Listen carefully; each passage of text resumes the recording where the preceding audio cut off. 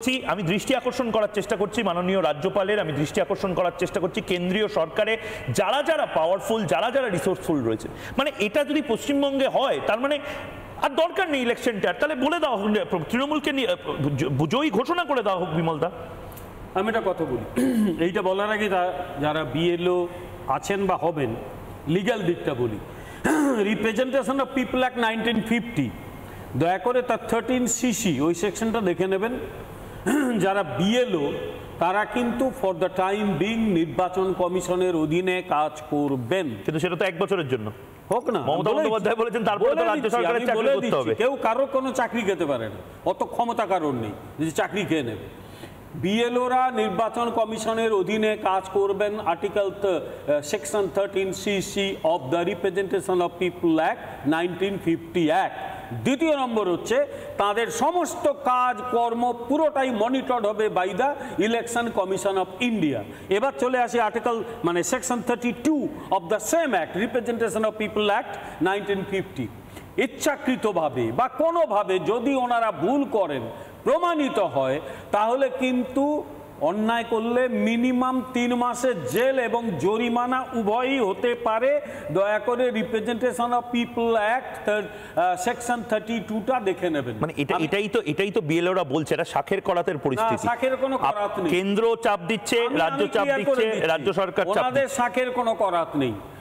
ঠিকঠাক আপনি যদি আপনার পথে চলেন এবং ফিরে আসার পর রাজ্য সরকারের চাকরি যারা করছেন তারা ঠিকঠাক করেন, আপনার চাকরিতে কেউ হাত দিতে পারবে না। আদালত বলে একটা জিনিস পশ্চিমবাংলায় রয়েছে, এমন কোন শক্তি। সেটা থেকে আপনারা হেল্প করবেন যদি কোনো বিএলও কেস হয়? অবশ্যই হেল্প করা হবে। সেটা আপনি অন ক্যামেরা ন্যাশনাল টেলিভিশনে বলছেন, গোটা বাংলার বিএলওরা শুনছেন। কেউ যদি বিএলওর দায়িত্ব সামলাতে গিয়ে বিপদে পড়েন, মানে আমি একদম সিম্পল কথা জিজ্ঞেস করছি, মমতা বন্দ্যোপাধ্যায়ের খড়গহস্ত যদি একেবারে মমতা বন্দ্যোপাধ্যায় বা রাজ্য সরকার একেবারে কোনো টার্গেট করে নেয় কোনো বিএলও কে, করে কিচ্ছু করতে পারবে না তো। আরে টার্গেট করে কি গলা কেটে দেবে? এটা কি মানে আরব দেশ নাকি পাথর ছুঁড়ে মারবে? তাহলে তার চাকরি ক্ষেত্রে সমস্যা তৈরি করবে। তিনি যদি নিজে ঠিকঠাক চাকরি করেন কি সমস্যা তৈরি করবে? বা তার বাড়িতে বসে মাইনে দেবে আর কি করবে? সুতরাং ওগুলো কিছু করতে পারবে না। ওই রকম ভয় পাবেন না, তাহলে পশ্চিমবাংলায় থাকা যাবে না। অনেক ভয়কে জয় করে আমরা লড়াই করছি, সুতরাং এটা করবেন না। সেইটা প্রথম কথা। দ্বিতীয় কথা হচ্ছে যে নাম বাদ যাবে অবশ্যই। যারা ভারতের নাগরিক নয়, নিজেকে প্রমাণ করতে পারবে না, তার নাম বাদ যাবে। মৃত ভোটারের নাম বাদ যাবে। এবং সবচেয়ে বড় কথা, যারা একজন বহু জায়গায় নাম তুলে বসে আছে, এরকম অনেকেই আছে, তাদের নাম বাদ দিতে হবে। আমি বিএলওদের আবার অনুরোধ করব, দয়া করে এই রাজ্য সরকারের ভয়ে ভীত হয়ে এদের পক্ষে দাঁড়াবেন না, তাহলে কিন্তু অনেক বেশি সমস্যা হবে। আর একটা কথা বলি, যদি বিএলওদের উপর আঘাত হয় বা বিএলওদের সমস্যা হয়, তাহলে এরা জানে না ভারতের সংবিধানটা কি জিনিস। এই পশ্চিমবঙ্গের শাসক দলকে বলে দিই যে নির্বাচন কমিশন একটা সাংবিধানিক সংস্থা, সংবিধান থেকে সে তার অধিকারটা পেয়েছে, সেই অধিকারে কেউ হস্তক্ষেপ করে না। এমনকি আদালতও খুব একটা হস্তক্ষেপ করতে চায় না। এবং এটা সমবায় সমিতির কোনো নির্বাচন নয় যে ব্যালট বক্স নিয়ে চলে গেল। সমবায় সমিতির নির্বাচন বা স্কুলে ম্যানেজিং কমিটির নির্বাচন নয়।